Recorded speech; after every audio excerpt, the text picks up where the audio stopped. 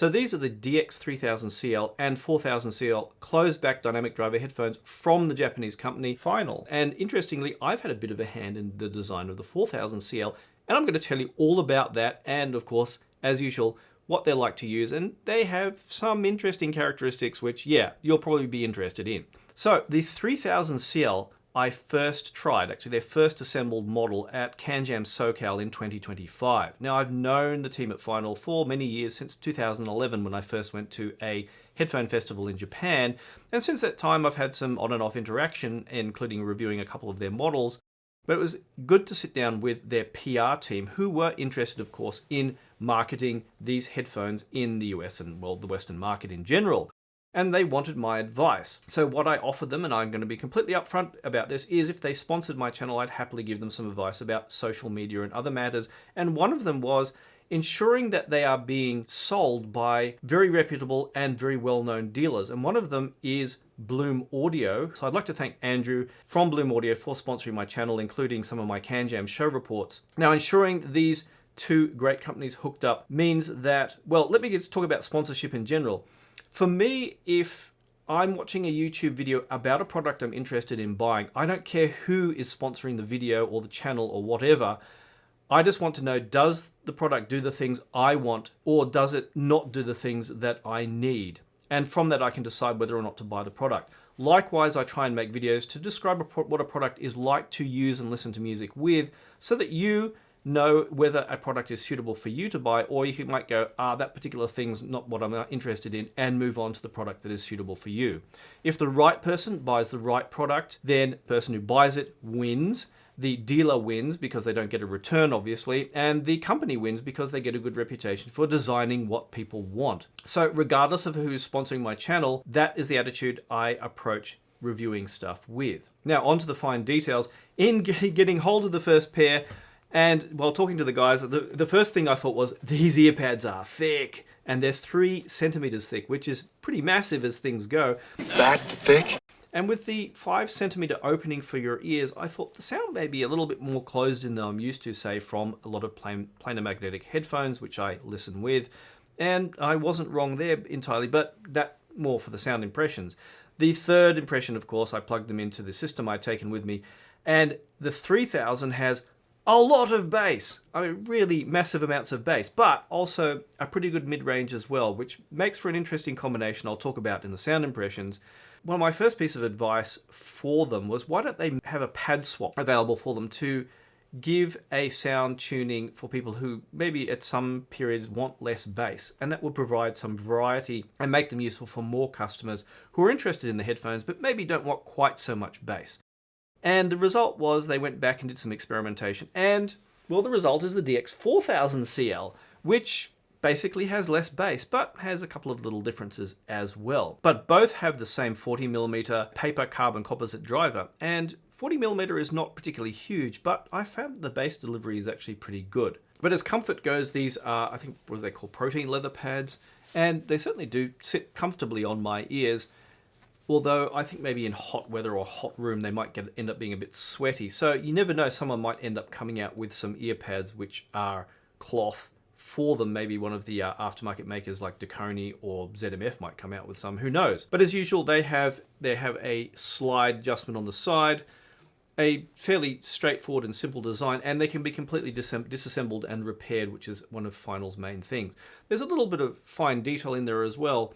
Now, you think the cups will slide up and hit the side yokes easily, but they do have a little bit of tape under there to ensure that they don't get scratched. The plastic itself on the 3000 is something of a fingerprint magnet. It's smooth, and actually photographing it after having touched it means I had to wipe all the oil off first. Whereas the DX4000CL, they have gone for the kind of non-fingerprint magnet textured version. It looks similar to what they have on some of their higher end models, but is otherwise, apart from the color scheme being all black, pretty much the same kind of design. Now, in terms of cables, the 3000CL comes with a simpler copper cable. It's a simple TS 3.5mm terminated cable on one end with a 4.4mm plug on the other, and also in the box a 6.5mm adapter. So it's designed generally for desktop gear, although you can adapt them to 3.5mm if you have a suitable adapter. Now, the 4000CL comes with their a variation of the cable that we saw on the D8000 Pros, which is a little bit stiff and ungainly, and considering that the headphones are only about 400 grams, does add to their weight, but it doesn't have the locking connectors of the D8000 Pro. But still, it's a little bit overkill, but also 4.4mm terminated. And that adds up to the final price, pun not intended, of the DX4000CL, which pushes it up a bit there. And I'll talk about all that stuff a bit later in the sound impressions. The earpads themselves are pull-on type with a notch in front of the 3.5mm input, so that when putting them on, you can just hook it in the notch and rotate them around and they'll slide on. And similarly, pulling them off is a little bit tricky. I have put up a separate video inside the thread on HeadFi about them, showing that when you pull them off, you just have to be very careful not to tear the earpads themselves. Interestingly, they do have on the inside a very thick pad between the driver and your ear, which is actually removable. Probably if I remove it now, you can see how thick it is. And at 2 or 3mm thick, I think it's at least 3 or 4mm thick actually, that's a lot of foam, and it has a maybe very easily cleanable surface sewn to one side. Now that does have an effect of damping, I think, internal reflections between your ears and the front plate. Now inside the back cups, they have designed it so that it will reduce internal reflections, which I think is a good thing. Many years ago we saw this in the Sony MDR-Z7s. Someone found that if you taped over the internal surfaces that it would reduce internal reflections and reduce some mid-range harshness.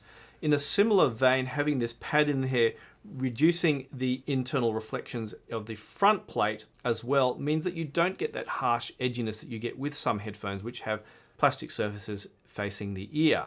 And the result overall is a very smooth sound, which is easy, I found, especially with the 3000CL, to turn the volume up on, and that ended up meaning that I ended up listening louder with them than I usually do. Especially with all that bass, it just became too entertaining not to. Now, being 37 ohms and 98 decibels per milliwatt sensitive, they will drive out of pretty much anything, whether you can get anything loud enough, like an Apple dongle DAC might not be quite loud enough, but it means they're flexible to use with portable gear, but they do scale up to some degree if I do plug them into nicer equipment such as the Aoni N7 behind me or the DCS Lena system just off shot. But overall, the sound I would describe as very, very entertaining, sometimes too entertaining, too much bass sometimes. Where they worked really very well was with, in the end, things like 80s to 90s pop where there wasn't so much bass to begin with, but having that bass boost made them fun to listen with. Probably the peak track for me with these headphones was the good old John Mellencamp's Jack and Diane, whereas the very punchy bass these have, combined with what is actually quite a forward mid-range, made that kind of track very entertaining. Now, as time went on and mastering added more bass, things like the recent Jono McCleary albums, and I think Jono McCleary is one of my favorite artists of late, the bass in that was way too much and it just became overwhelming. And that's where I guess you can EQ things down, as it's easier to EQ down bass than EQ it up, especially as you can easily hit clipping with a lot of electronics. But rather than being V-shaped, that meant you had a combination of strong bass and strong mid-range, but somewhat carefully damped mid-range and treble from those pads, combined with a soundstage that is reasonably open, but not as super wide and open as you get with, say, the Aria Organics I reviewed recently,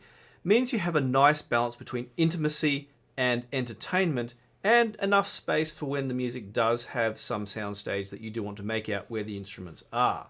Being that it does have a good mid-range means that if you do play music where there's a strong vocal component, or say guitar music for example, the bass doesn't interfere with the mid-range, so you do get very good clarity of the guitar or the vocals or instruments and the like. Not as much, of course, as you would with a good pair of planar headphones, as the detail is more macro than micro, but still there was enough to be entertained with a wide variety of music, if not quite as much, of course, as, say, a higher-end headphone. If I put on some of my what I call DJ music, Kruder and Dorfmeister, for example, G-Stoned album, or things like Saint Germain, or Bazoo Bajor, or one of those Where there are instruments as well as the punchy bass line, I can still make out the instruments very, very well, including things like, hits on a triangle or cymbals or drums and percussion. They came out very well and very sharp and very punchy, especially if you have a good punchy amp like the N7 or the like, or my Mjolnir or one of my bigger amps. Then these become very, very entertaining, especially with a slightly more intimate soundstage. They end up slamming actually quite well, with enough delicacy to give you the fine detail that you need just to make the music entertaining on both ends of the spectrum, while not doing as amazing job as you might get with the highest end headphones. Still, they balance that out by just being filling the soundstage nicely and being fun and punchy. But when that's too much, that's where the DX4000 comes in. The DX4000 takes the same formula, but again, reduces down the bass while still delivering that good low bass rumble where it's present in the music and still being very full in the mid bass. Now, the problem I'd say with the 3000 is that mid-range, sometimes in the lower mid-range, is a little bit overwhelmed, but only a bit, and sometimes is just a touch muffled to be ideal for music. So if I listen to something like the Focal Utopias I have just out of shot, then I switch to either of the final headphones, well, the 3000 then sounds muffled in comparison, obviously, with the Focal Utopias being more open, but still having good quality bass that can really slam. The 4000s are closer to something like the Focal Utopias, obviously not as resolving or quite as open, still a bit more intimate. So somewhere between the 3000s with that strong, punchy, bass-filling sound and the more open sound of the Utopias, still delivering quite a bit of bass rumble, but with a clearer and more open mid-range and treble. Now, one of the interesting things I noted is that the mid-range and treble tended to sound maybe a little bit too aggressive for taste, and I wasn't the usual culprit of internal reflections going on. Now, since I had the final D8000 Pros in, I did occasionally take the cable and plug it into other headphones to see what effect it had, if it was big or slight or not much at all. And I did find that this particular cable does add a little bit of aggression to the upper mid-range and treble versus, say, the standard cable that the DX3000s come with, or other final headphones, and some other cables I have.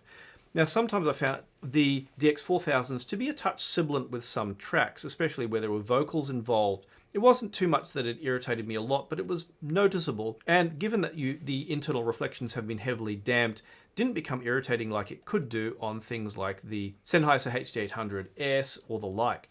So what I did out of interest is I swapped the cable over either with the D3000 cable, or I happen to have a copper cable, the one that comes with the FT7s, which I plugged in as well, which is actually a nice match with the final headphones, especially the color scheme.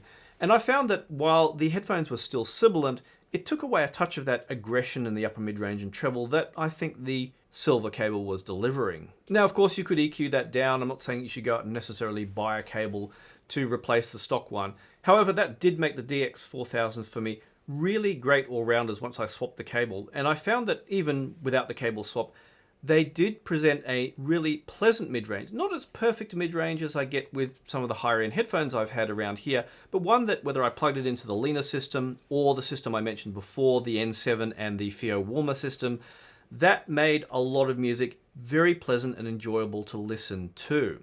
Now, I found myself often picking up the DX3000s to listen to music simply because it was so entertaining. It was just worth picking up and listening, and not having to care about trying to nitpick the final details of the music or care about whether I had the perfect setup or not. It just made everything entertaining. And for when it was too much of a good thing, the DX4000s did a fairly similar job.